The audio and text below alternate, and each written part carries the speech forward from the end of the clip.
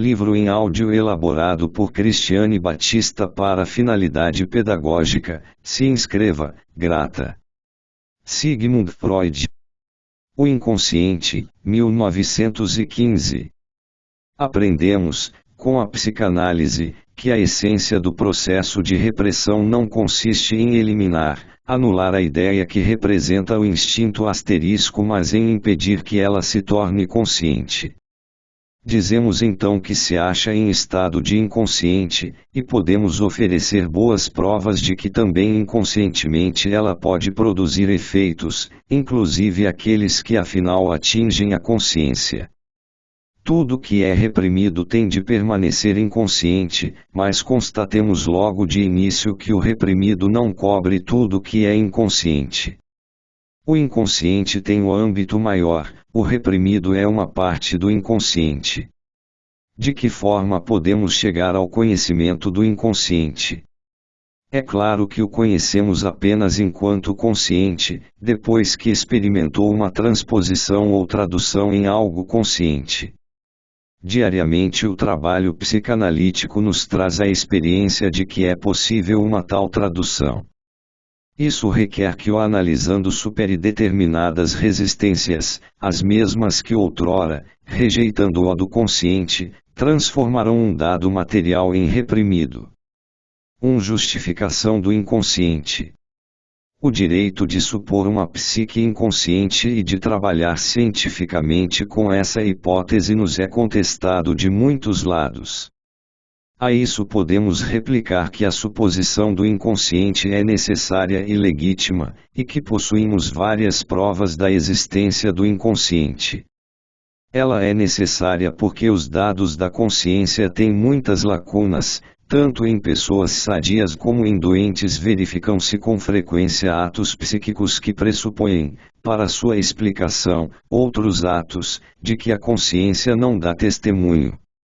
Esses atos não são apenas as ações falhas e os sonhos dos indivíduos sadios, e tudo o que é chamado de sintomas e fenômenos obsessivos na psique dos doentes. Nossa experiência cotidiana mais pessoal nos familiariza com pensamentos espontâneos cuja origem não conhecemos, e com resultados intelectuais cuja elaboração permanece oculta para nós.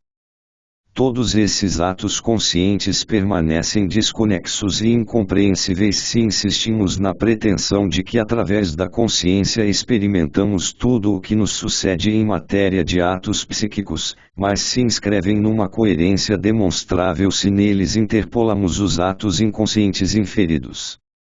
Um ganho em sentido e coerência é motivo plenamente justificado para irmos além da experiência imediata. Se além disso pudermos edificar, sobre a hipótese do inconsciente, uma prática bem-sucedida, mediante a qual influímos no curso dos processos conscientes, teremos neste sucesso uma prova indiscutível da existência daquilo suposto.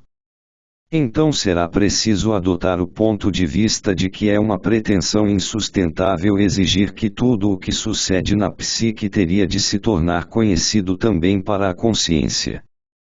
Podemos avançar um pouco e alegar, em favor de um estado psíquico inconsciente, que a cada instante a consciência abrange apenas um conteúdo mínimo, de sorte que a maior parte do que denominamos conhecimento consciente deve, de qualquer maneira, achar-se em estado de latência por longos períodos de tempo, ou seja, em um estado de inconsciência psíquica.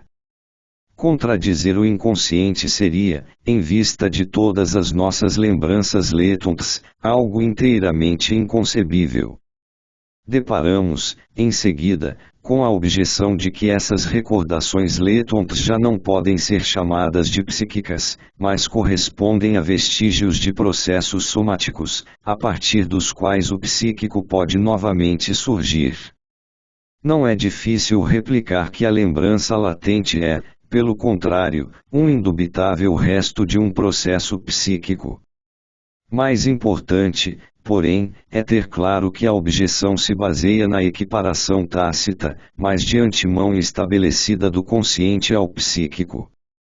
Tal equiparação é uma petitio principii, que não admite questionar se tudo psíquico tem de ser também consciente, ou um caso de convenção, de nomenclatura. Tendo este segundo caráter, ela é naturalmente irrefutável, como toda convenção. Resta então perguntar se ela é útil e adequada o bastante para que tenhamos de aceitá-la. Podemos responder que a identificação convencional entre o psíquico e o consciente é totalmente inadequada. Ela rompe as continuidades psíquicas, nos precipita nas insolúveis dificuldades do paralelismo psicofísico, fica aberta à crítica de superestimar sem fundamentação razoável o papel da consciência, e nos obriga a deixar o âmbito da pesquisa psicológica, sem nos trazer compensação de outros campos. De todo modo é claro que essa questão, de saber se os incontestáveis estados letons da vida psíquica devem ser concebidos como estados psíquicos inconscientes ou como físicos, ameaça redundar numa disputa de palavras. Daí ser aconselhável pôr em primeiro plano aquilo que sabemos com certeza sobre a natureza desses estados. Quanto às suas características físicas, eles nos são completamente inacessíveis, nenhuma concepção fisiológica, nenhum processo químico pode nos dar ideia de sua essência. Por outro lado, se verifica que eles mantêm o mais amplo contato com os processos psíquicos conscientes, mediante um certo trabalho podem se transformar neles, serem substituídos por eles, e se deixam descrever com todas as categorias que aplicamos aos atos anímicos conscientes, tais como representações, decisões, aspirações, etc. Mais ainda, de muitos desses estados devemos dizer que se diferenciam dos conscientes apenas pela falta da consciência. Logo, não hesitaremos em tratá-los como objetos da investigação psicológica, em íntima relação com os atos anímicos conscientes. A tenaz rejeição do caráter psíquico dos atos anímicos letons se explica pelo fato de a maioria dos fenômenos considerados não haver se tornado objeto de estudo fora da psicanálise. Quem não conhece os fatos patológicos, vê como casuais os lapsos das pessoas normais e se limita à velha sabedoria de que os sonhos são espumas traume, precisa apenas negligenciar mais alguns enigmas da psicologia da consciência para se poupar a hipótese de uma atividade anímica inconsciente. As experiências hipnóticas, aliás, especialmente a sugestão pós-hipnótica, demonstraram de modo tangível a existência e maneira de operar do inconsciente psíquico, antes mesmo da época da psicanálise. A hipótese do inconsciente é também inteiramente legítima, na medida em que, ao adotá-la, não nos afastamos um passo da maneira de pensar que para nós é habitual e tida como correta.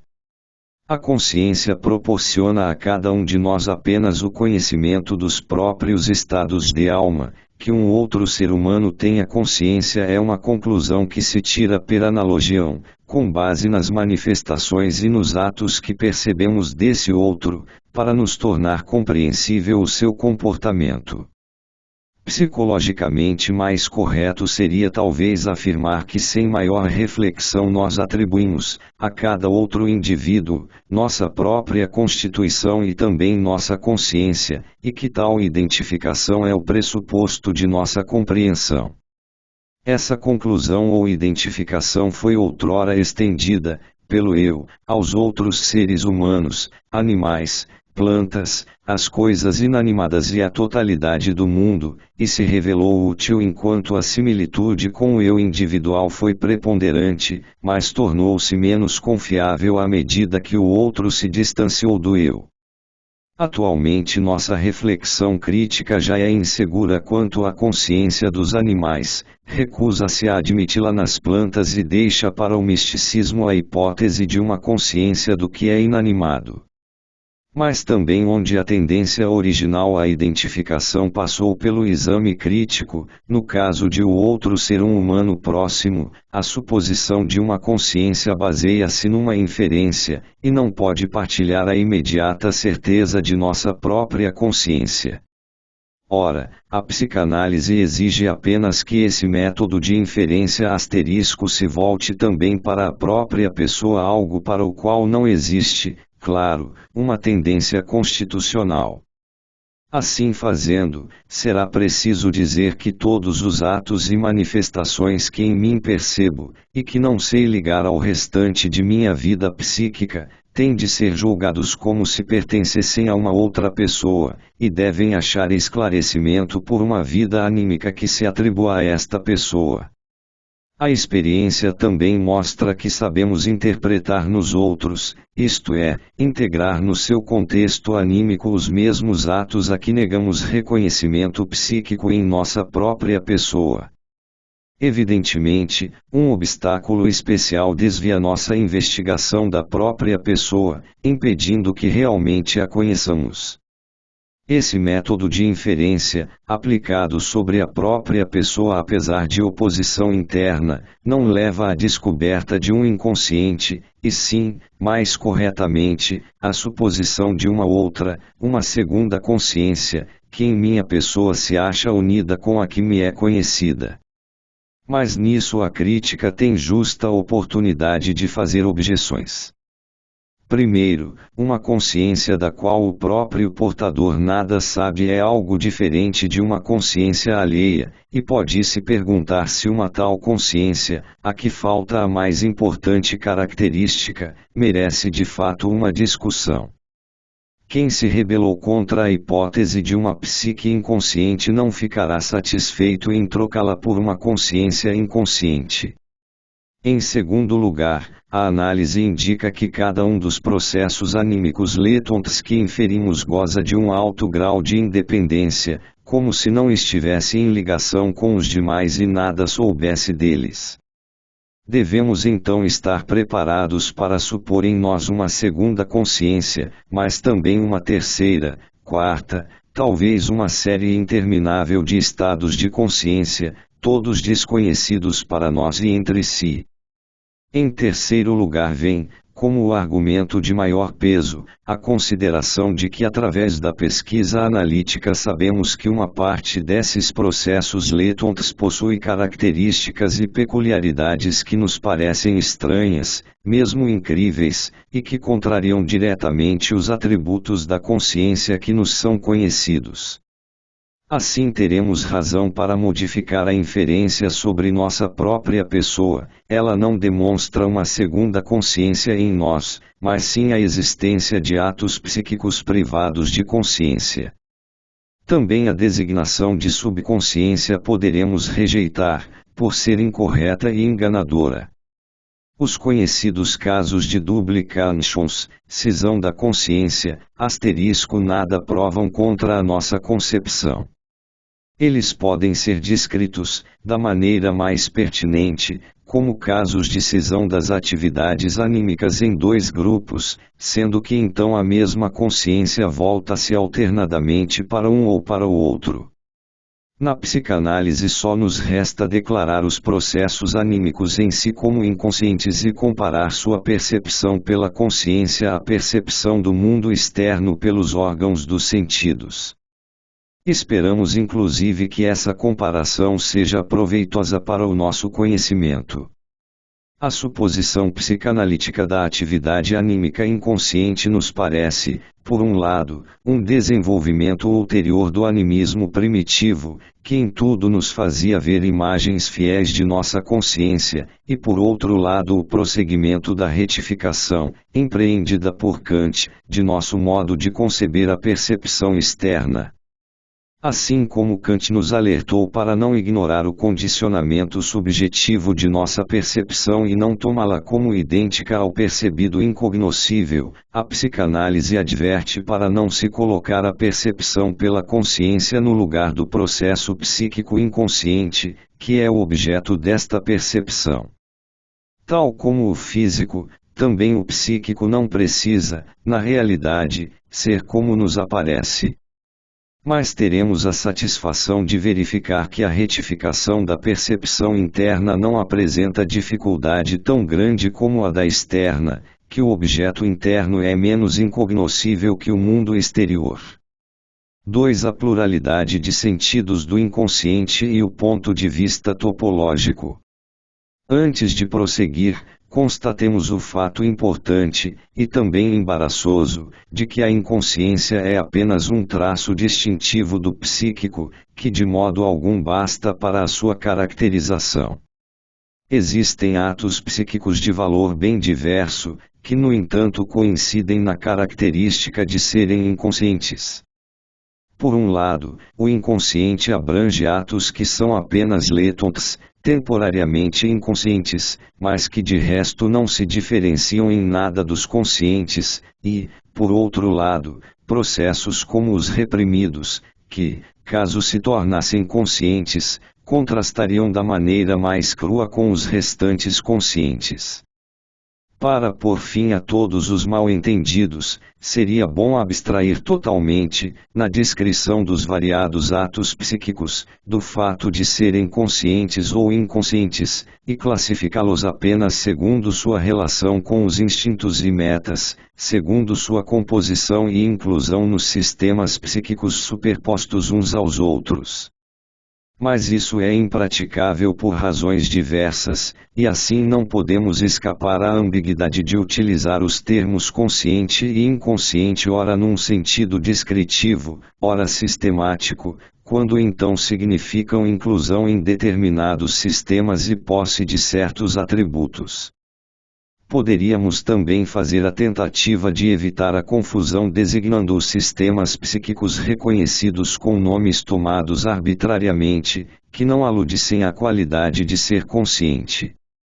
Mas teríamos antes que justificar em que basearmos a diferenciação dos sistemas, e nisso não poderíamos contornar a qualidade de ser consciente, pois ela constitui o ponto de partida de todas as nossas investigações.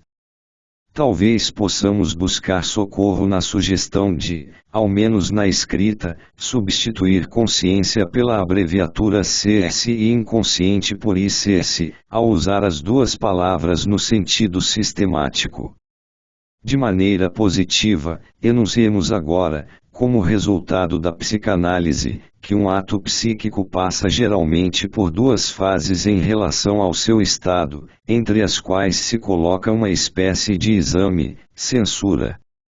Na primeira fase ele é inconsciente e pertence ao sistema ICS, se no exame ele é rejeitado pela censura, não consegue passar para a segunda fase, então ele é reprimido e tem que permanecer inconsciente.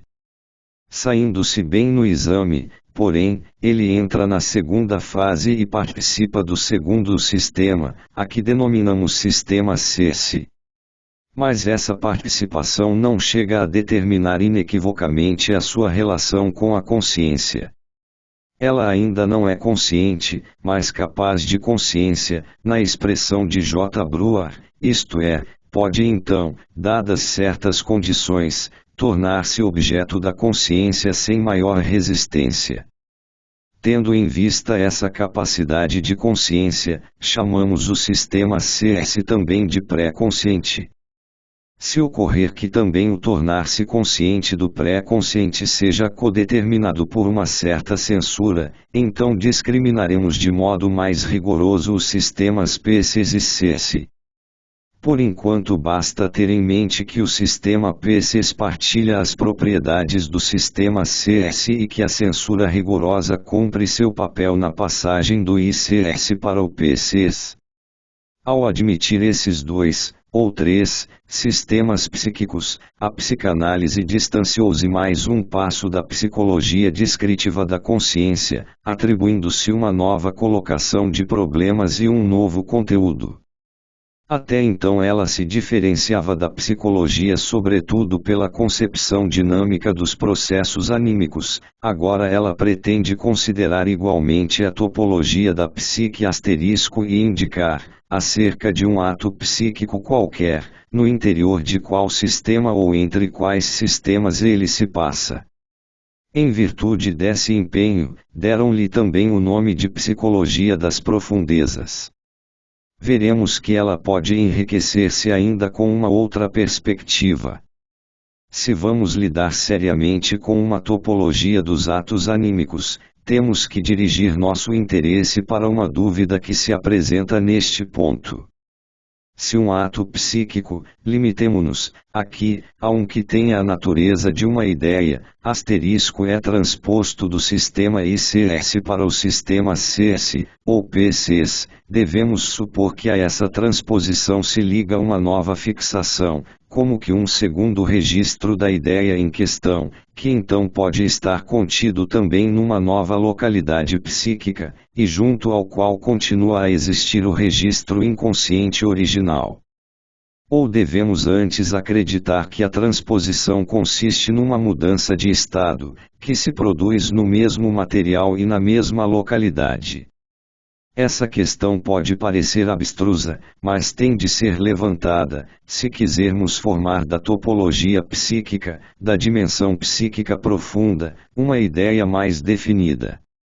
Ela é difícil, porque ultrapassa o puramente psicológico e toca nas relações entre o aparelho psíquico e a anatomia. Sabemos, de modo pouco preciso, que tais relações existem. Um inabalável resultado da pesquisa é que a atividade anímica se encontra mais ligada à função do cérebro do que a qualquer outro órgão. Um pouco adiante não se sabe quanto leva-nos à descoberta da importância desigual das partes do cérebro e suas relações especiais com determinadas partes do corpo e atividades espirituais. Mas fracassaram radicalmente todas as tentativas de a partir disso encontrar uma localização para os processos anímicos, todos os esforços de pensar nas ideias como se fossem armazenadas em células nervosas e nas excitações como se vagassem pelas fibras dos nervos. O mesmo destino estaria reservado para uma teoria que, digamos, acreditasse reconhecer no córtex cerebral o lugar anatômico do sistema CS, da atividade psíquica consciente, e quisesse localizar os processos inconscientes nas zonas subcorticais do cérebro. Aqui se abre uma lacuna que no momento não pode ser preenchida, e tampouco é tarefa da psicologia preenchê-la. Provisoriamente, nossa topologia psíquica nada tem a ver com a anatomia, ela se refere a regiões do aparelho psíquico, onde quer que se situem no corpo, e não a locais anatômicos. Neste aspecto nosso trabalho é livre, então, e pode proceder de acordo com suas próprias necessidades. Também será útil lembrar que nossas hipóteses reivindicam apenas, em princípio, o valor de ilustrações. A primeira das duas possibilidades consideradas, a de que a fase CS da ideia significa um novo registro da mesma, encontrável em outro lugar, é indubitavelmente a mais grosseira delas, mas também a mais cômoda. A segunda hipótese, de uma mudança de estado apenas funcional, é de antemão a mais provável, mas é menos plástica, mais difícil de manipular.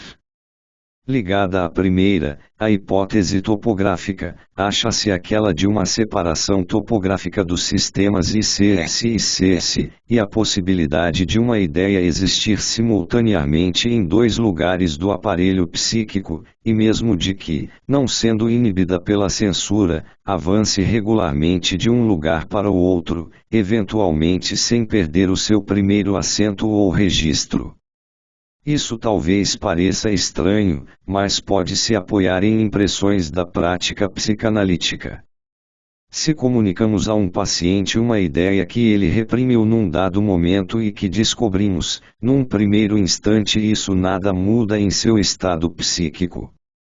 Principalmente, não suprime a repressão nem desfaz suas consequências, como talvez se esperasse do fato de a ideia antes inconsciente haver se tornado consciente. Pelo contrário, de início obteremos tão só uma nova rejeição da ideia reprimida. Mas agora o paciente tem de fato a mesma ideia em dupla forma, em lugares diferentes de seu aparelho psíquico. Primeiro tem a lembrança consciente do traço auditivo da ideia, através da comunicação, e também traz consigo, como sabemos com certeza, a memória inconsciente do vivido, em sua forma anterior. Na realidade, a repressão não é suprimida enquanto a ideia consciente, após a superação das resistências, não entrou em ligação com o traço de memória inconsciente. Apenas tornando consciente esta última se alcança o êxito. Assim pareceria demonstrado, para a consideração superficial, que ideias conscientes e inconscientes são registros diferentes, topograficamente separados, do mesmo conteúdo. Mas uma reflexão posterior mostra que é apenas aparente a identidade entre a comunicação e a lembrança reprimida do paciente. Ter ouvido e ter vivido são coisas bem diversas em sua natureza psicológica, mesmo quando têm o mesmo conteúdo. Portanto, no momento não somos capazes de decidir entre as duas possibilidades discutidas. Talvez ainda encontremos fatores que façam pender a balança para uma delas. Talvez nos aguarde a descoberta de que nossa colocação do problema foi insatisfatória, e que a distinção entre a ideia consciente e a inconsciente deve ser determinada de modo inteiramente diverso. 3 sentimentos inconscientes. Restringimos a discussão anterior às ideias e agora podemos lançar uma nova questão, cuja resposta contribuirá para esclarecer nossos pontos de vista teóricos. Dissemos que existem ideias conscientes e inconscientes, mas haveria também impulsos sentimentos, percepções inconscientes, ou neste caso combinações assim não fariam sentido. De fato, creio que a oposição de consciente e inconsciente não se aplica aos instintos. Um instinto não pode jamais se tornar objeto da consciência, apenas a ideia que o representa. Mas também no inconsciente ele não pode ser representado senão pela ideia. Se o instinto não se prendesse a uma ideia ou não aparecesse como um estado afetivo, nada poderíamos saber sobre ele. Mas se, no entanto, falamos de um impulso inconsciente ou um impulso reprimido, tratasse de uma inócua negligência de expressão. Só podemos estar nos referindo a um impulso cujo representante ideativo é inconsciente, pois outra coisa não poderia entrar em consideração. Deveríamos pensar que a resposta à questão sobre os afetos, sentimentos, sensações inconscientes, é igualmente fácil. Pois é da natureza de um sentimento que ele seja sentido, isto é, que se torne conhecido da consciência. A possibilidade de inconsciência se excluiria totalmente no caso de sentimentos, sensações, afetos. Mas na prática psicanalítica estamos acostumados a falar de amor, ódio, raiva etc. inconscientes, e vemos como inevitável até mesmo a insólita junção consciência de culpa inconsciente ou a paradoxal angústia inconsciente. Esse modo de falar tem maior significado do que no caso de instinto inconsciente. Aqui a coisa é realmente outra.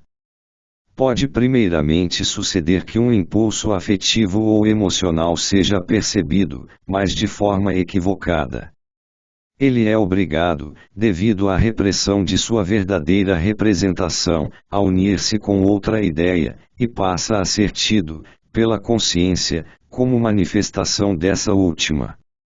Se restabelecemos o vínculo correto, chamamos o impulso afetivo original de inconsciente, embora seu afeto jamais tenha sido inconsciente, apenas sua ideia sucumbiu à repressão.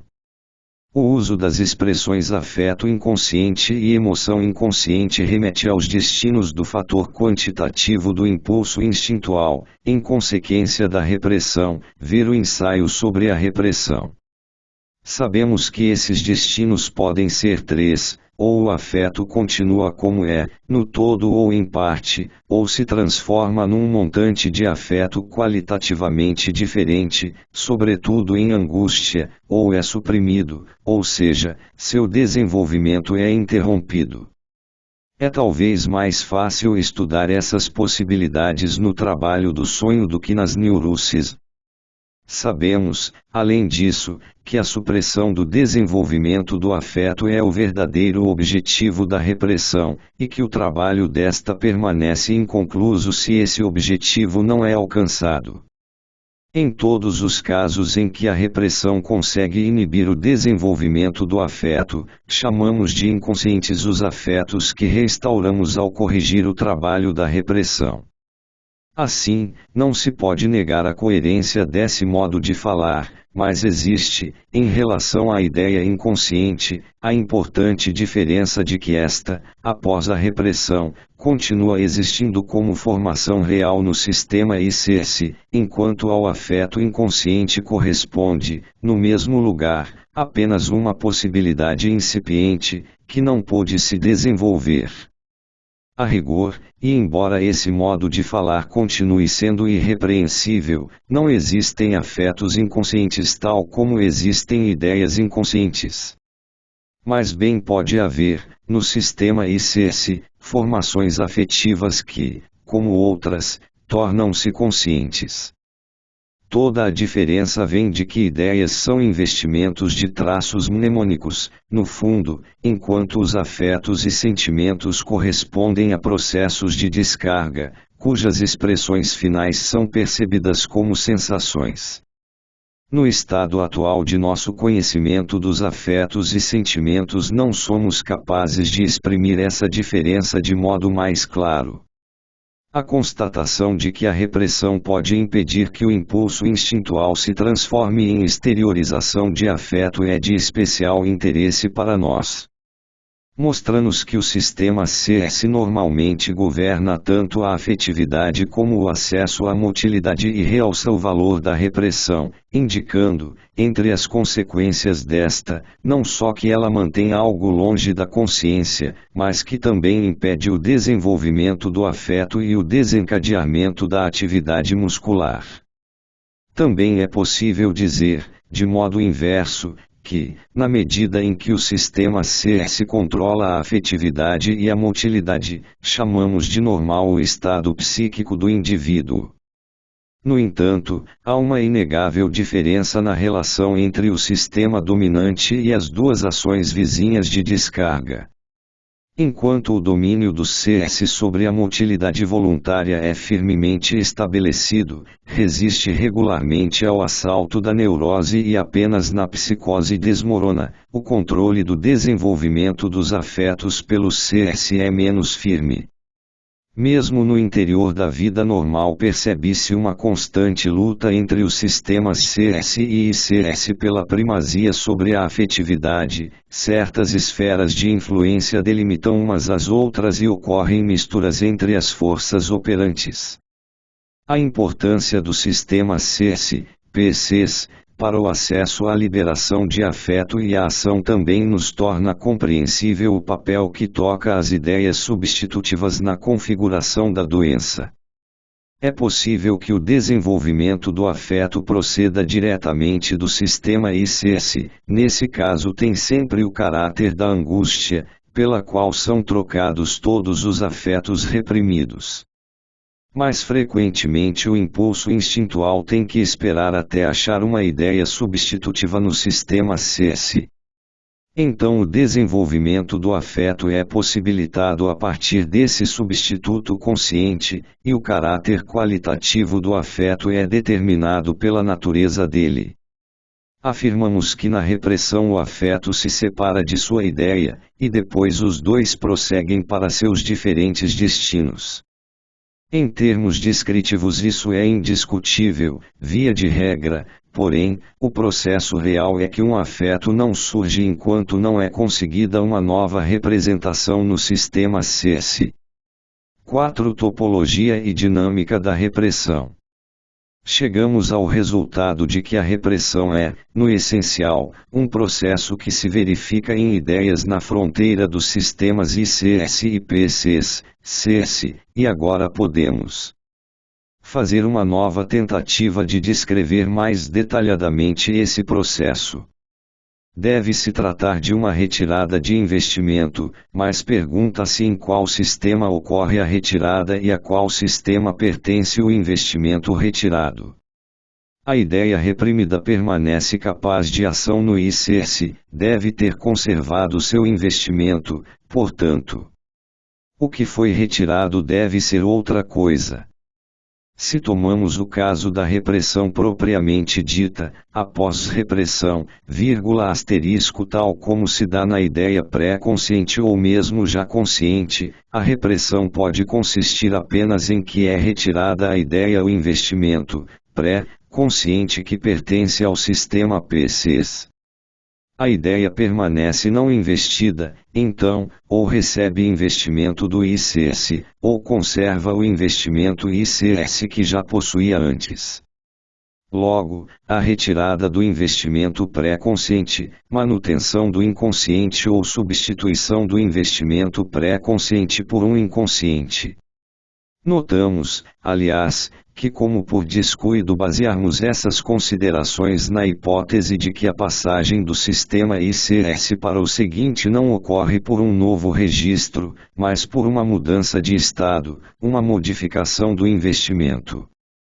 Aqui a hipótese funcional tirou de cena a topológica, sem maior esforço. Mas esse processo de retirada de libido não basta para fazer mais compreensível uma outra característica da repressão. Não está claro por que a ideia que permaneceu investida ou foi dotada de investimento a partir do ICS não deveria renovar a tentativa de, por força desse investimento, penetrar no sistema PCs. Então a retirada de libido teria que se repetir nela, e o mesmo jogo prosseguiria indefinidamente, mas o resultado não seria a repressão. Do mesmo modo, o referido mecanismo de retirada de investimento pré-consciente falharia, em se tratando de descrever a repressão primordial, neste caso se depara com uma ideia inconsciente, que ainda não recebeu investimento do PCs, e a qual ele não pode ser retirado, portanto. Temos aqui necessidade, então, de outro processo, que no primeiro caso sustente a repressão, e no segundo cuide da sua produção e continuidade, e só podemos enxergá-lo na suposição de um contrainvestimento, através do qual o sistema PCs se proteja do assalto da ideia inconsciente. Como se manifesta um tal contrainvestimento que tem lugar no sistema PCs é algo que veremos em exemplos clínicos.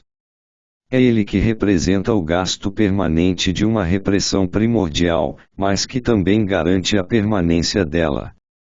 O contrainvestimento é o único mecanismo da repressão primordial. Na repressão propriamente dita, após repressão, sobrevém a subtração do investimento PCs.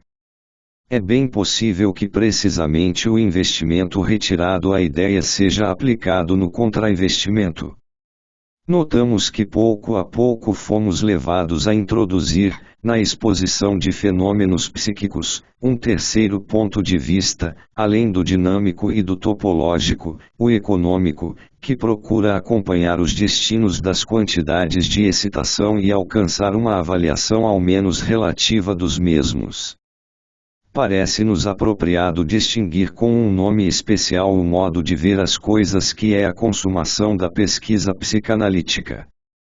Proponho que seja denominada metapsicológica uma exposição na qual consigamos descrever um processo psíquico em suas relações dinâmicas, topológicas e econômicas.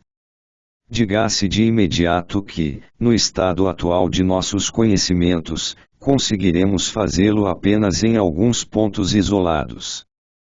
Vamos fazer uma acanhada tentativa de descrição metapsicológica do processo de repressão nas 3 conhecidas neuroses de transferência. Poderemos aqui substituir investimento por libido, porque se trata, como sabemos, dos destinos dos instintos sexuais. Na histeria de angústia, uma primeira fase do processo frequentemente não é notada, talvez seja realmente omitida, mas a observação cuidadosa permite reconhecê-la. Ela consiste no surgimento da angústia sem que se perceba o que a desperta. É de supor que no ICS havia um impulso de amor demandava transposição para o sistema PCs, mas o investimento a ele dirigido, vindo desse sistema, recolheu-se como numa tentativa de fuga, e o investimento libidinal inconsciente da ideia rejeitada foi descarregado como angústia. Numa eventual repetição do processo foi dado um primeiro passo para dominar a desagradável evolução da angústia. O investimento em fuga voltou-se para uma ideia substituta, que por um lado ligava-se associativamente à ideia rejeitada, e por outro lado escapava à repressão por seu distanciamento daquela, substituto por deslocamento, e permitia uma racionalização do desenvolvimento da angústia que não se podia inibir. A ideia substituta desempenha então para o sistema CS, PCs, o papel de um contrainvestimento, ao garanti-lo contra a emergência da ideia reprimida no CS, e por outro lado ou age como se fosse, o local de partida para o desencadeamento do afeto de angústia, agora de fato não inibível. A observação clínica mostra que, por exemplo, a criança que sofre de fobia de animal sente angústia em 2 tipos de condições. Primeiro, quando o impulso amoroso reprimido é intensificado. Segundo, quando o animal angustiante é percebido. A ideia substituta se comporta, num caso, como o local de uma transmissão do sistema ICS para o sistema CS, no outro, como uma fonte independente que desencadeia a angústia.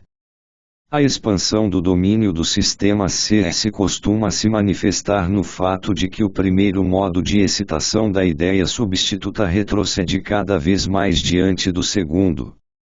Talvez a criança se comporte, afinal, como se não tivesse afeição alguma pelo pai, tendo-se liberado completamente dele, e como se tivesse de fato medo do animal.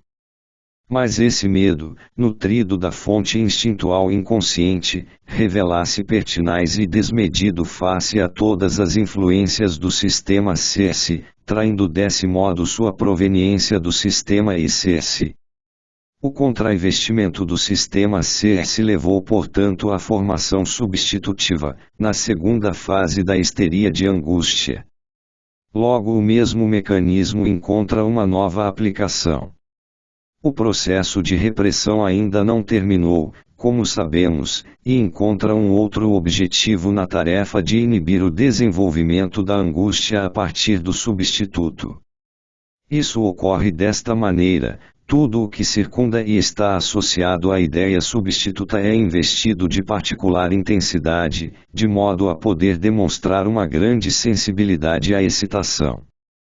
Uma excitação de qualquer ponto dessa estrutura exterior deve inelutavelmente, graças à conexão com a ideia substituta, dar ocasião a um pequeno desenvolvimento da angústia, que então é utilizado como sinal para inibir, mediante nova fuga do investimento, o desenvolvimento ulterior da angústia. Quanto mais os contrainvestimentos sensíveis e alertas forem distanciados do substituto temido, mais precisamente poderá funcionar o mecanismo que deve isolar a ideia substituta e dela afastar excitações novas.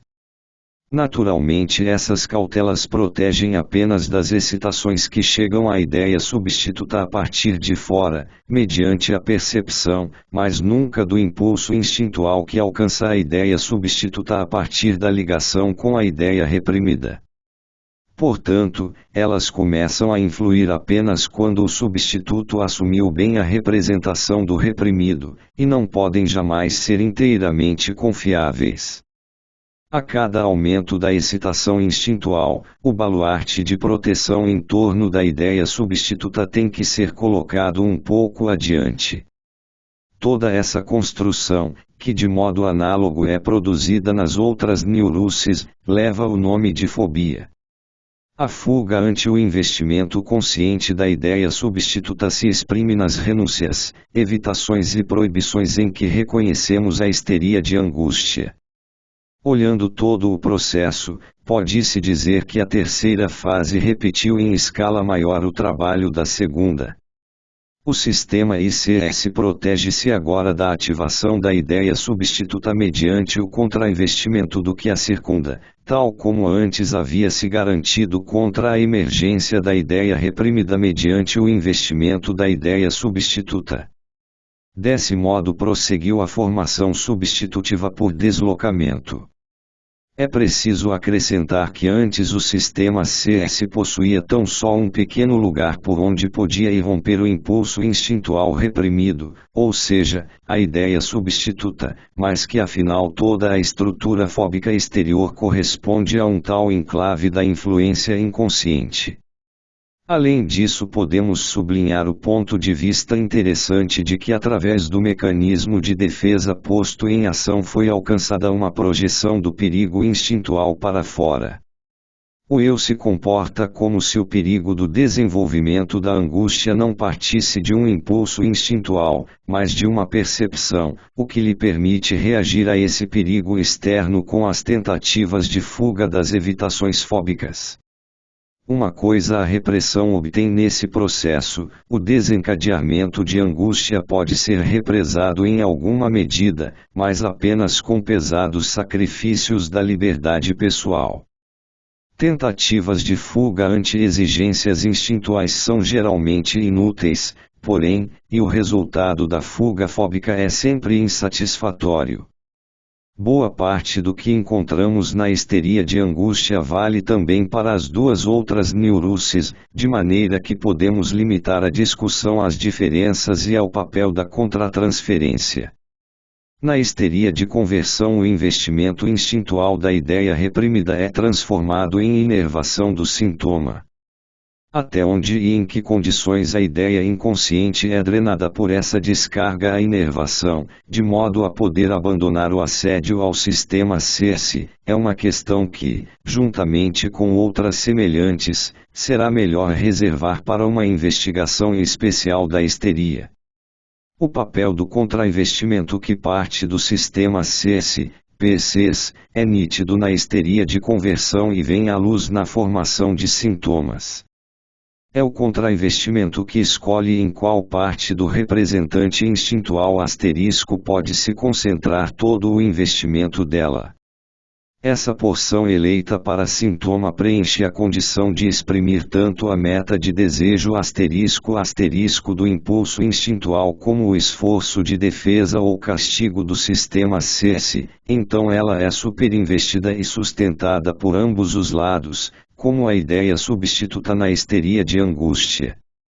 Dessa situação podemos inferir que o dispêndio em repressão do sistema CS não precisa ser tão grande como a energia de investimento do sintoma, pois a intensidade da repressão é medida pelo contrainvestimento aplicado, e o sintoma não se apoia apenas no contrainvestimento, mas também no investimento instintual nele condensado, vindo do sistema ICS. Quanto à neurose obsessiva, acrescentaríamos as observações do ensaio anterior à repressão que nela aparece em primeiro plano, do modo mais palpável, o contrainvestimento do sistema CS. É ele que se ocupa da primeira repressão, organizado como formação reativa, e é nele que mais tarde sucede a irrupção da ideia reprimida. Pode-se conjecturar que é devido à preponderância do contrainvestimento e à ausência de descarga que a obra da repressão parece muito menos bem sucedida na histeria de angústia e na neurose obsessiva que na histeria de conversão. 5. As características especiais do sistema ICS. A distinção entre os dois sistemas psíquicos ganha nova significação se atentarmos para o fato de que os processos de um deles, do ICS, mostram características que não se acham naquele imediatamente acima. O âmago do ICS consiste de representantes instintuais que querem descarregar seu investimento, de impulsos de desejo, portanto. Esses impulsos instintuais são coordenados entre si, coexistem sem influência mútua, não contradizem uns aos outros. Quando dois impulsos de desejo são ativados ao mesmo tempo, e suas metas nos parecem claramente incompatíveis, os dois impulsos não subtraem algo um do outro ou eliminam um ao outro, mas concorrem para a formação de um objetivo intermediário, um compromisso. Nesse sistema não há negação, não há dúvida nem graus de certeza. Tudo isso é trazido apenas pelo trabalho da censura entre ICS e PCs.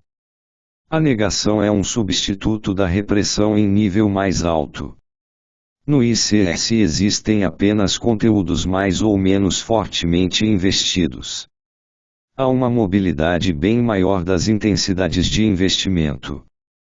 Pelo processo de deslocamento, uma ideia pode ceder a outra todo o seu montante de investimento, pelo de condensação pode acolher todo o investimento de várias outras.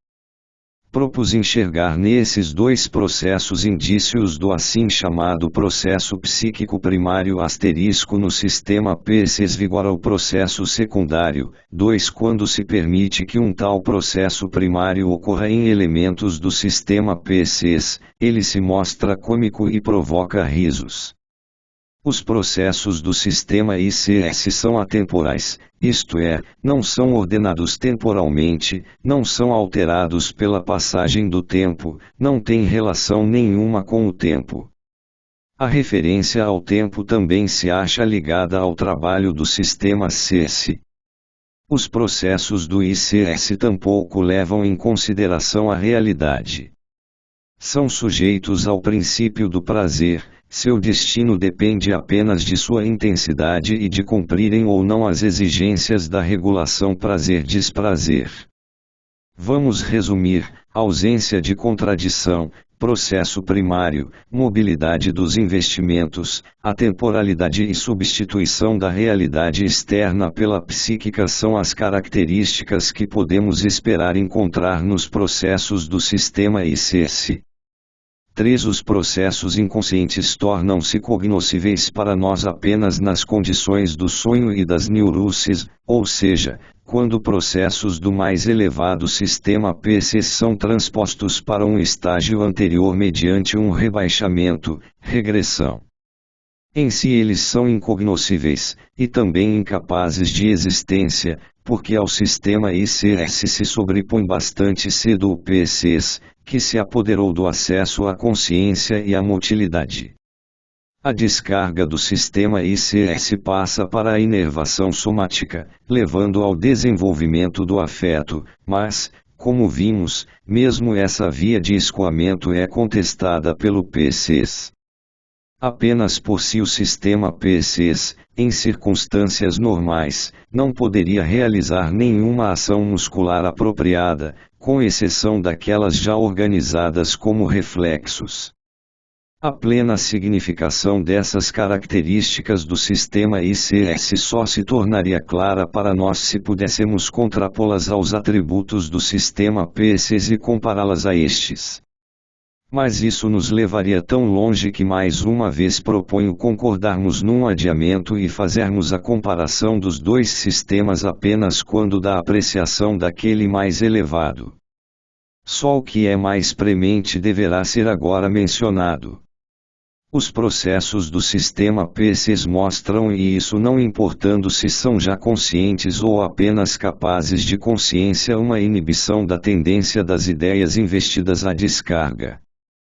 Quando um processo passa de uma ideia a outra, a primeira retém parte de seu investimento e só uma pequena parcela sofre deslocamento. Tal como no processo primário, deslocamentos e condensações são excluídos ou muito limitados.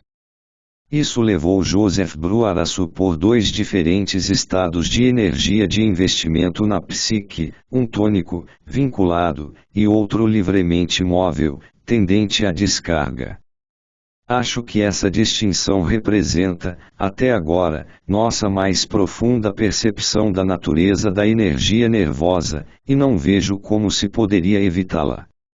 Uma necessidade premente, numa apresentação metapsicológica, mas talvez um empreendimento por demais ousado, seria prosseguir a discussão desse ponto. Ao sistema PCs cabem, além disso, o estabelecimento de uma capacidade de comunicação entre os conteúdos das ideias, de maneira que possam influenciar uns aos outros, a ordenação temporal deles, a introdução de uma ou várias censuras, a prova da realidade e o princípio da realidade.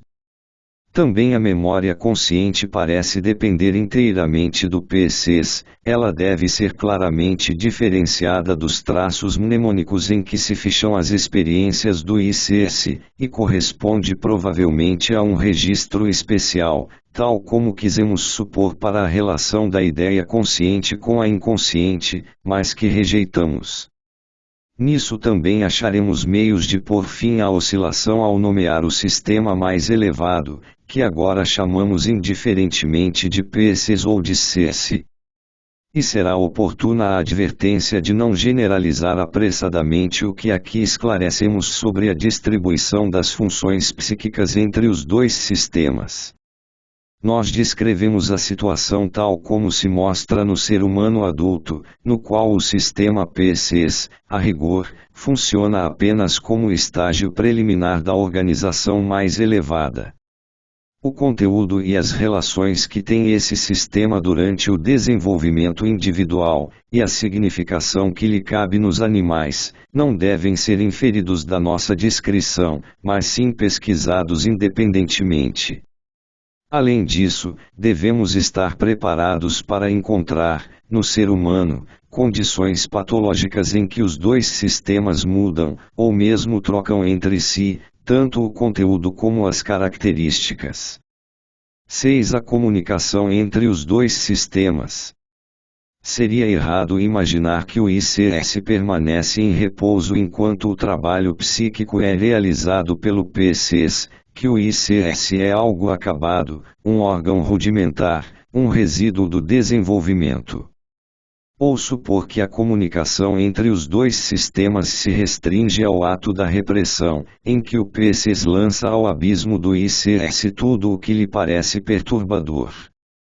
O ICS é, isto sim, algo vivo e capaz de desenvolvimento, e mantém bom número de outras relações com o PCs, entre elas também a de cooperação. É preciso dizer, em suma, que o ICS continua nos assim chamados derivados, que é suscetível aos influxos da vida, influencia constantemente o PCs e até se acha sujeito, por sua vez, a influências por parte do PCs. O estudo dos derivados do ICS irá decepcionar profundamente nossa expectativa de uma divisão pura e esquemática entre os dois sistemas psíquicos. Certamente isso despertará insatisfação com nossos resultados, e provavelmente será usado para questionar o modo como separamos os processos psíquicos. Mas alegaremos que a nossa tarefa consiste em transpor para a teoria os resultados da observação, e que não temos a obrigação de alcançar, já de início, uma teoria bastante polida e recomendável em sua simplicidade. Nós defendemos as suas complicações, na medida em que correspondem à observação, e não perdemos a esperança de justamente por meio delas chegar enfim ao conhecimento de um estado de coisas que, embora simples em si, possa fazer justiça às complicações da realidade. Entre os derivados dos impulsos instintuais ICS do tipo que descrevemos, há alguns que reúnem em si características opostas. Por um lado, são altamente organizados, isentos de contradição, utilizaram todas as aquisições do sistema CS e mal se distinguiriam, em nosso julgamento, das formações desse sistema. Por outro lado, são inconscientes e incapazes de tornar-se conscientes. Ou seja, pertencem qualitativamente ao sistema PCs, mas factualmente ao ICS. Sua procedência é determinante para seu destino. Devemos compará-los aos mestiços das raças humanas, que no geral semelham os brancos, mas denunciam a origem de cor em algum traço notável e por isso são excluídos da sociedade, não desfrutando os privilégios dos brancos. Dessa natureza são as fantasias dos normais e dos neuróticos, que reconhecemos como estágios preliminares da formação dos sonhos e dos sintomas e que, apesar de sua alta organização, permanecem reprimidas e, como tais, não podem se tornar conscientes. Chegam perto da consciência, não são incomodadas enquanto não possuem um investimento intenso, mas são rejeitadas assim que ultrapassam um certo grau de investimento. Derivados do ICS assim altamente organizados são também as formações substitutivas, mas elas conseguem penetrar na consciência devido a uma circunstância favorável como, por exemplo, a união a um contrainvestimento do PCs. Quando investigarmos mais detidamente, em outro lugar asterisco as condições para o tornar-se consciente, poderemos solucionar uma parte das dificuldades que aqui surgem. No momento seria útil contrapor, a abordagem desde o ICS até aqui adotada, uma outra, a partir da consciência. Para a consciência, a inteira soma dos processos psíquicos aparece como o reino do pré-consciente. Uma parte enorme desse pré-consciente se origina do inconsciente, tem o caráter dos derivados deste e submete-se a uma censura antes de poder se tornar consciente. Uma outra parte do PCs é capaz de consciência, sem censura. Aqui temos uma contradição com uma hipótese anterior. Na abordagem da repressão, vimos-nos obrigados a situar entre os sistemas ICS e PCs a censura decisiva no tornar-se consciente. Agora nos parece plausível uma censura entre PCs e CS. Mas convém não enxergar nessa complicação uma dificuldade, e supor, isto sim, que a cada passagem de um sistema para o seguinte e mais elevado, ou seja, a cada progresso para um estágio mais elevado de organização psíquica, corresponde uma nova censura. No entanto, com isso é eliminada a hipótese de uma contínua renovação dos registros. A razão de todas essas dificuldades está em que a qualidade de ser consciente, a única característica dos processos psíquicos que nos é dada diretamente, não se presta em absoluto para distinguir os sistemas.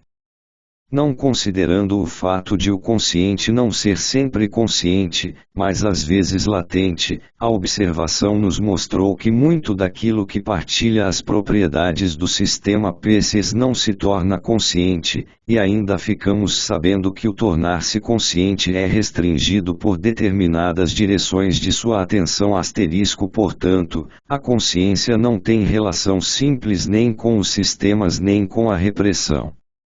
A verdade é que não só o psiquicamente reprimido permanece alheio à consciência, mas também uma parte dos impulsos que governam nosso eu, ou seja, o mais forte oposto funcional do reprimido.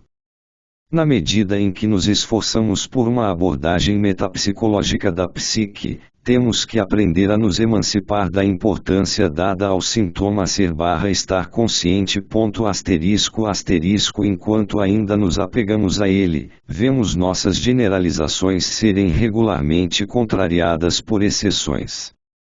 Vemos que derivados do ICS tornam-se conscientes como formações substitutas e sintomas, via de regra após consideráveis distorções em relação ao inconsciente, mas frequentemente conservando muitas características que solicitam a repressão.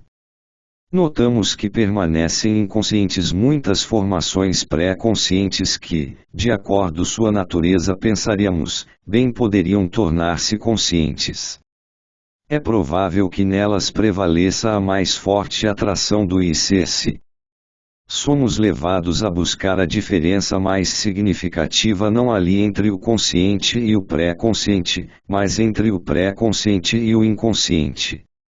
Na fronteira do PCs, o ICS é rechaçado pela censura, e derivados dele podem contornar essa censura, organizar-se superiormente, crescer no PCs até atingir certa intensidade no investimento, mas depois de a haver ultrapassado, ao procurar se impor à consciência, são reconhecidos como derivados do ICS e novamente reprimidos na nova fronteira de censura entre PCs e CS.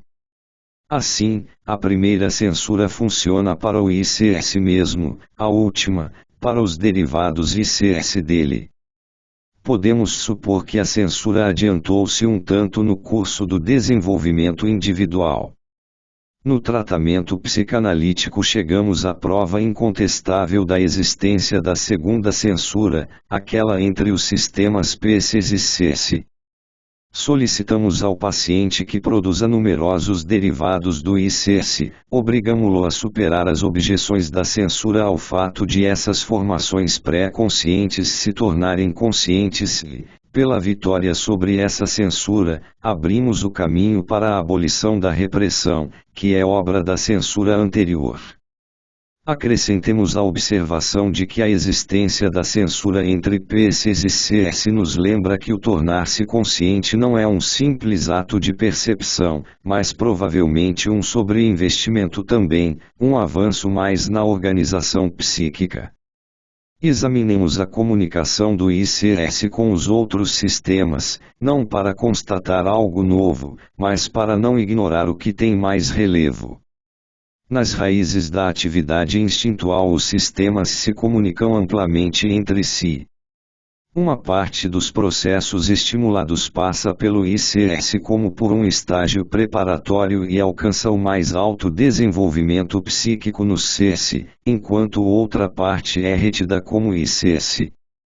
Mas o ICS é também atingido pelas experiências vindas da percepção externa. Todos os caminhos que levam da percepção para o ICS permanecem normalmente livres, apenas os caminhos que do ICS levam adiante são submetidos à barreira da repressão. É muito digno de nota que o ICS de um indivíduo possa, contornando o CS, reagir ao ICS de outro. Esse fato merece investigação mais aprofundada, em especial para saber se a atividade pré-consciente é aí excluída, mas como descrição é algo incontestável. O conteúdo do sistema PCs, ou CS, procede em parte da vida instintual, pela mediação do ICS, e em parte da percepção. É incerto até que ponto os processos desse sistema influem diretamente sobre o ICS. A pesquisa de casos patológicos revela, com frequência, uma quase inacreditável autonomia e impermeabilidade a influências por parte do ICS. O que caracteriza a doença é uma total discordância das tendências, uma absoluta desintegração dos dois sistemas. Mas o tratamento psicanalítico é fundado na influência sobre o ICS a partir do CS, mostrando, de toda maneira, que isso, embora trabalhoso, não é algo impossível. Como já dissemos, os derivados do ICS que mediam entre os dois sistemas nos preparam o caminho para essa realização. Devemos admitir, porém, que a modificação espontânea do ICS por parte do CS é um processo lento e difícil. A cooperação entre um impulso pré-consciente e um inconsciente, até mesmo fortemente reprimido, pode ocorrer quando há a situação em que o impulso inconsciente é capaz de agir no mesmo sentido de uma das tendências dominantes. Nesse caso é suspensa a repressão, permite-se a atividade reprimida, como reforço daquela pretendida pelo eu. O inconsciente torna-se conforme ao eu nessa constelação única, sem que, de resto, algo se modifique em sua repressão. O êxito do ICS nessa cooperação é inconfundível. As tendências reforçadas se comportam diferentemente das normais, elas habilitam para uma operação asterisco perfeita e mostram, diante de oposições, uma resistência semelhante à dos sintomas obsessivos, digamos. O conteúdo do ICS pode ser comparado a uma população aborígene da psique. Se no ser humano existem formações psíquicas herdadas, algo análogo ao instinto dos animais, então isso constitui o âmago do ICS. Junta-se a isso, mais tarde, o que durante o desenvolvimento infantil é eliminado por ser inutilizável, e que não precisa ser diferente, em sua natureza, daquilo que foi herdado. Uma divisão clara e definitiva no conteúdo dos dois sistemas só se estabelece, via de regra, no momento da puberdade. 7. A identificação do inconsciente. O que expusemos acima é, provavelmente, tudo o que podemos afirmar sobre o ICS, na medida em que recorremos tão só ao conhecimento da vida onírica e das neuroses de transferência. Certamente não é muito, e às vezes dá uma impressão de pouca clareza e desordem, sobretudo, não nos oferece a possibilidade de alinhar o ICS num contexto já familiar ou de nele inseri-lo. Somente a análise de uma das afecções que chamamos de psiconeuroses narcísicas pode nos trazer concepções que nos aproximem do enigmático ICS ou o tornem tangível, por assim dizer. Desde um trabalho de Abraão, 1908, que o escrupuloso autor reconheceu dever ao meu estímulo, buscamos caracterizar a dementia praecoce de Kraepelin, esquizofrenia, segundo Bleuler, por seu comportamento ante a oposição e o objeto. Nas neuroses de transferência, histeria de angústia, histeria de conversão, neurose obsessiva, nada havia que desse particular relevo a essa oposição. Sabíamos, é verdade, que a frustração relativa ao objeto asterisco traz a irrupção da neurose, e que a neurose implica a renúncia ao objeto real, e também que a libido subtraída ao objeto real retrocede a um objeto fantasiado e dele a um reprimido, introversão. Mas nelas o investimento objetal é mantido com grande energia, e um exame mais cuidadoso do processo de repressão nos levou a admitir que o investimento objetal dentro do sistema ICS continua a existir, apesar ou melhor, por causa da repressão. Afinal, a capacidade para a transferência, que nessas afecções nós utilizamos para fins terapêuticos, pressupõe um investimento objetal inalterado. Já na esquizofrenia impôs-se, para nós, a hipótese de que depois do processo de repressão a libido retirada não busca um novo objeto, mas recua para o eu, ou seja, de que os investimentos objetais são abandonados e um estado primitivo de narcisismo sem objeto é restabelecido. A incapacidade desses pacientes para a transferência até onde alcança o processo patológico, a consequente inacessibilidade à terapia, a característica rejeição do mundo externo, o surgimento de sinais de um sobreinvestimento do próprio eu, o desfecho na completa apatia, todos esses traços clínicos parecem condizer perfeitamente com a hipótese de um abandono dos investimentos objetais. Quanto à relação entre os dois sistemas psíquicos, todos os observadores notaram que na esquizofrenia se exprime conscientemente muita coisa que nas neuroses de transferência só podemos demonstrar que existem no ICS, mediante a psicanálise. Mas não foi possível, ao menos no início, estabelecer uma conexão inteligível entre a relação eu-objeto e as relações da consciência.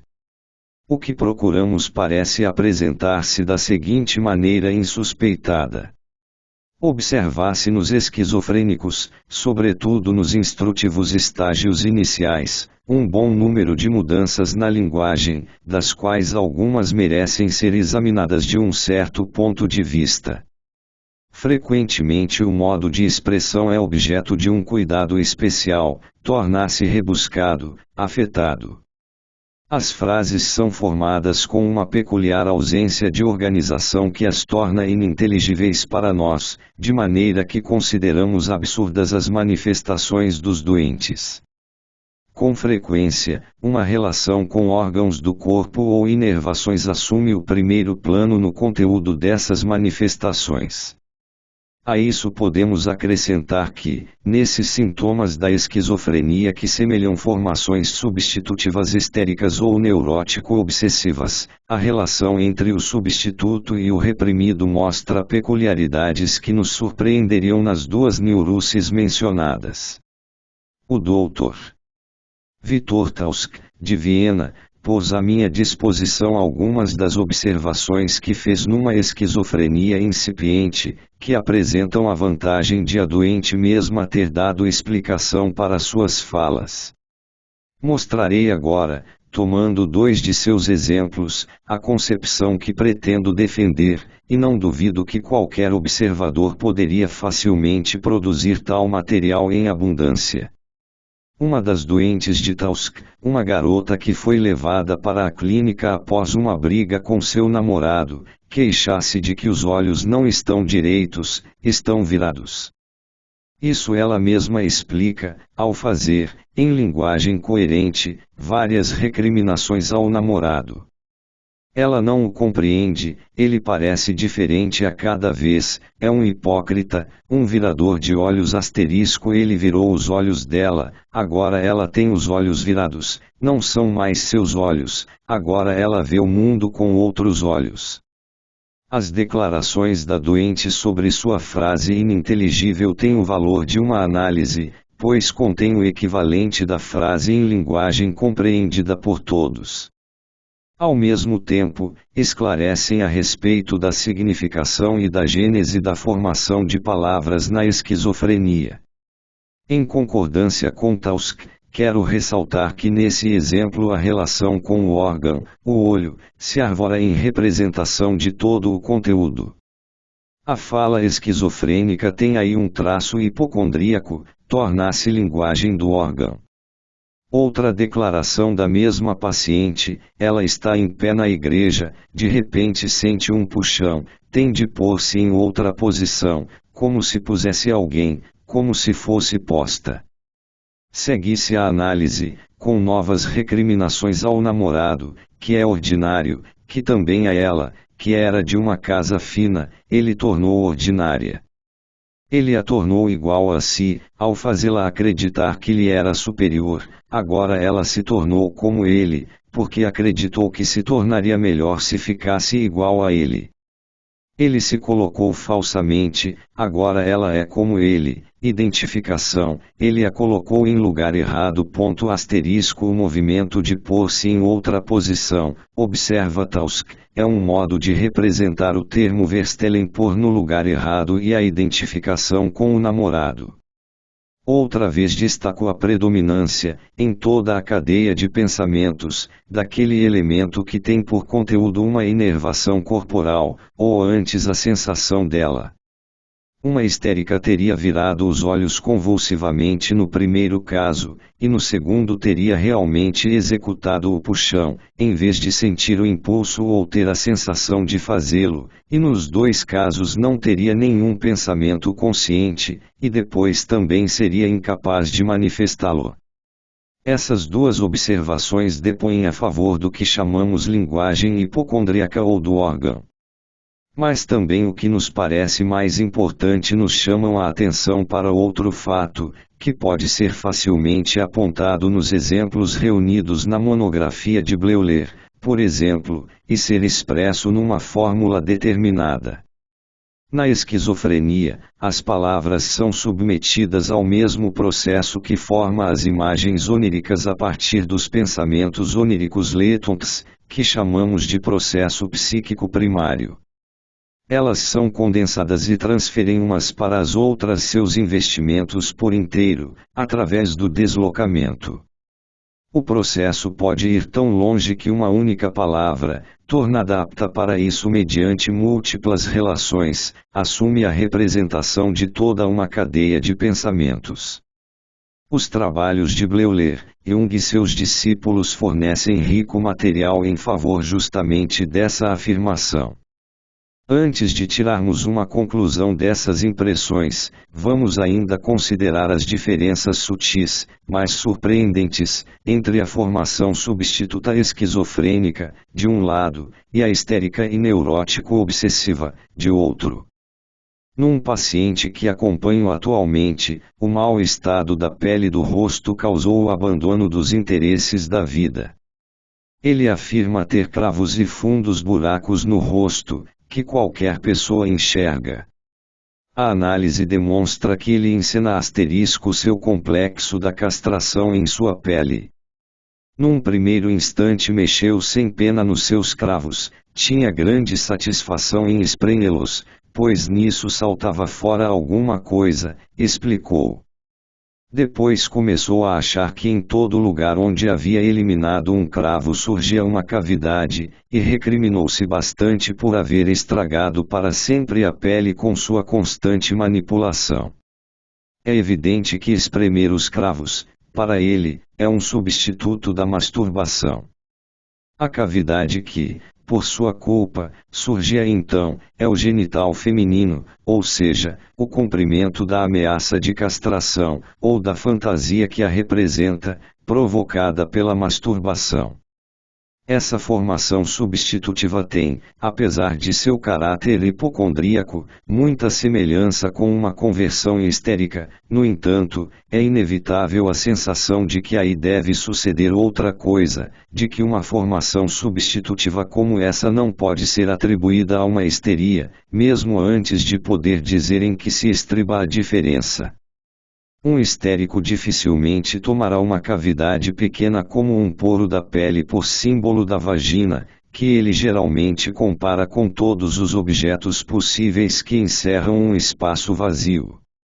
Achamos também que a multiplicidade de pequenos buracos o impedirá de vê-los como substituto para o genital feminino.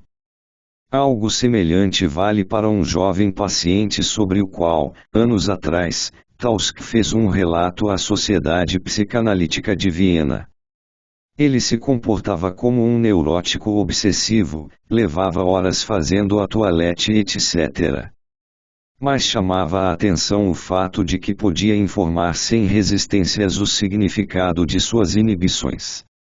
Ao calçar as meias, por exemplo, incomodava-o a ideia de que ia afastar os pontos da malha, isto é, revelar os buracos, e cada buraco, para ele, simbolizava a abertura sexual feminina. Também isso é algo que não podemos esperar de um neurótico obsessivo, um desses, observado por Rudolf Hitler, que sofria da mesma demora em calçar as meias. Após superar as resistências, achou a explicação de que o pé era um símbolo do pênis, a colocação da meia, um ato masturbatório, e ele tinha de constantemente pôr e tirar a meia, em parte para completar o quadro da masturbação, em parte para desfazê-lo. Se nos perguntamos o que empresta à formação substitutiva e ao sintoma esquizofrênico esse caráter estranho, compreendemos enfim que é a predominância da referência à palavra sobre a referência à coisa. Entre espremer um cravo e ejacular sêmen há uma semelhança mínima da coisa, e ela é ainda menor entre os inúmeros, pouco profundos poros da pele e a vagina, mas no primeiro caso algo esguicha a cada vez, e no segundo vale, literalmente, a cínica frase que diz: um buraco é um buraco. O que determinou o substituto foi a uniformidade da expressão linguística, não a semelhança das coisas designadas.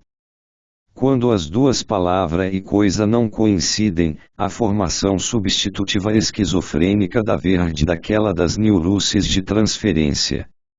Vamos relacionar essa percepção ** à hipótese de que na esquizofrenia os investimentos de objetos são abandonados. Então teremos que fazer uma modificação: o investimento nas representações verbais dos objetos é mantido. Agora o que poderíamos chamar de representação consciente do objeto se decompõe para nós em representação da palavra e em representação da coisa asterisco que consiste no investimento, se não das imagens mnemônicas diretas das coisas, ao menos de traços mnemônicos mais distantes e delas derivados. Acreditamos saber agora como uma representação consciente se distingue de uma inconsciente. As duas não são, como achávamos, diferentes registros do mesmo conteúdo em diferentes locais psíquicos, e tampouco diferentes condições funcionais de investimento no mesmo local. A representação consciente abrange a representação da coisa mais a da palavra correspondente, e a inconsciente é apenas a representação da coisa. O sistema ICS contém os investimentos de coisas dos objetos, os primeiros investimentos objetais propriamente ditos. O sistema PC surge quando essa representação da coisa é sobreinvestida mediante a ligação com as representações verbais que lhe correspondem. São esses sobreinvestimentos, conjecturamos, que levam a uma mais alta organização psíquica e tornam possível a substituição do processo primário pelo processo secundário dominante no PCs. Podemos então dizer precisamente o que a repressão, nas neuroses de transferência, recusa a representação rejeitada, a tradução em palavras que devem permanecer ligadas ao objeto. A representação não colocada em palavras ou o ato psíquico não sobreinvestido permanece então no inconsciente, como algo reprimido. Seja-me permitido observar que bem cedo já tínhamos a percepção asterisco que hoje nos torna compreensível uma das características mais notáveis da esquizofrenia. Nas últimas páginas de A Interpretação dos Sonhos, publicado em 1900, desenvolvo a tese de que os processos de pensamento, isto é, os atos de investimento mais afastados das percepções, não têm qualidades e são inconscientes em si, e apenas ligando-se aos resíduos das percepções de palavras obtêm a capacidade de se tornar conscientes. Por sua vez, as representações verbais procedem da percepção dos sentidos, assim como as representações de coisas, de modo que caberia perguntar por que as representações de objetos não podem se tornar conscientes através de seus próprios resíduos de percepções. Mas provavelmente o pensar ocorre em sistemas afastados dos originais resíduos de percepções, de modo que nada mais conservarão das qualidades desses, e precisam ser reforçados com novas qualidades para se tornar conscientes.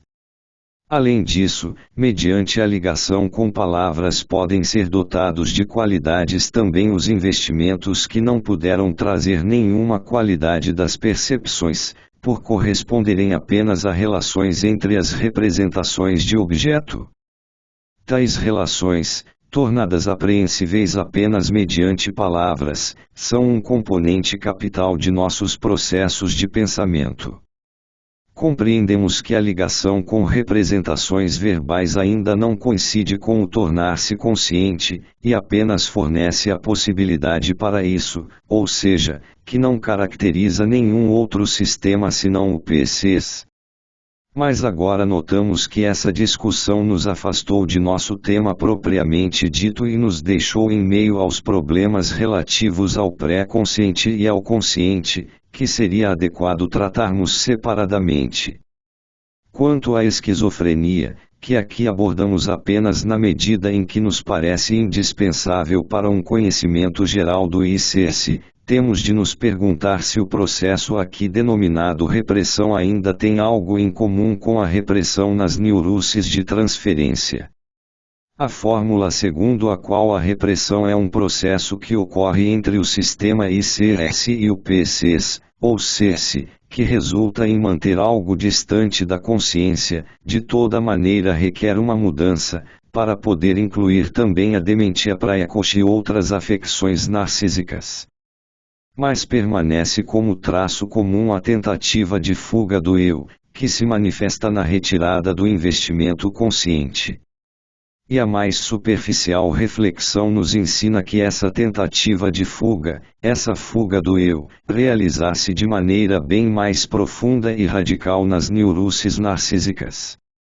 Se na esquizofrenia essa fuga consiste na retirada do investimento instintual dos lugares que representam a inconsciente representação de objeto, pode parecer estranho que a parte da mesma representação de objeto pertencente ao sistema PCs as representações verbais que a ela correspondem deva experimentar, ao contrário, um investimento mais intenso. Seria antes de esperar que a representação verbal, sendo a parte pré-consciente, tenha de suportar o primeiro impacto da repressão, e que ela se torne completamente insuscetível de investimento depois que a repressão prosseguiu até as representações de coisa inconscientes. Isto é, certamente, algo difícil de compreender. A saída que se oferece é o investimento da representação verbal não pertencer ao ato de repressão, mas constituir a primeira das tentativas de restabelecimento ou cura que tão claramente dominam o quadro da esquizofrenia. Esses esforços pretendem reaver os objetos perdidos, e bem pode ser que, com essa intenção, eles tomem o caminho para o objeto através da parte verbal dele, nisso tendo de se contentar com as palavras em vez das coisas, porém. Pois nossa atividade anímica se move, de maneira bastante geral, em duas direções opostas, ou dos instintos, pelo sistema PCs, até o trabalho consciente do pensamento, ou, por incitação de fora, pelo sistema dos CS e PCs até os investimentos ICS do eu e dos objetos. Este segundo caminho tem de permanecer transitável, apesar da repressão ocorrida, e fica, até certo ponto, aberto aos esforços da neurose para readquirir seus objetos. Quando pensamos abstratamente, corremos o perigo de negligenciar as relações das palavras com as representações de coisa inconscientes, e não se pode negar que então nosso filosofar ganha uma indesejada semelhança, em expressão e conteúdo, com o modo de funcionar asterisco dos esquizofrênicos. Por outro lado, pode-se tentar caracterizar o modo de pensar dos esquizofrênicos dizendo que eles tratam as coisas concretas como se fossem abstratas.